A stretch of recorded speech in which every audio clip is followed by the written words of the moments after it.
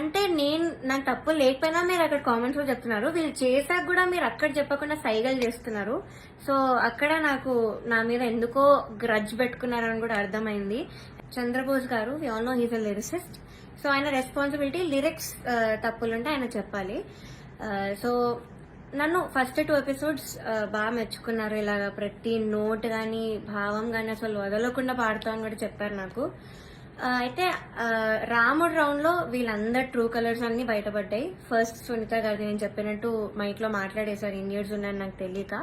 And Chandrabose గారు పాపం lyrics లో నాకు ఒక్క మిస్టేక్ కూడా నేను ఛాన్స్ ఇవ్వలేదు ఆయన చెప్పడానికి.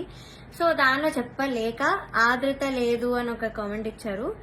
అది ఇంకేం చేయాలి, మేల్ సాంగ్ సేమ్ ఇంపాక్ట్ ఒక ఫీమేల్ వాయిస్ నుంచి మీరు ఎక్స్పెక్ట్ చేయలేరు. సో అంతరామమే was a male song. So ఇంకా లిరిక్స్ లో చెప్పలేక ఎందుకు ఇంకా క్రియేట్ చేసుకొని చెప్పడం నాకు అర్థం కాలేదు.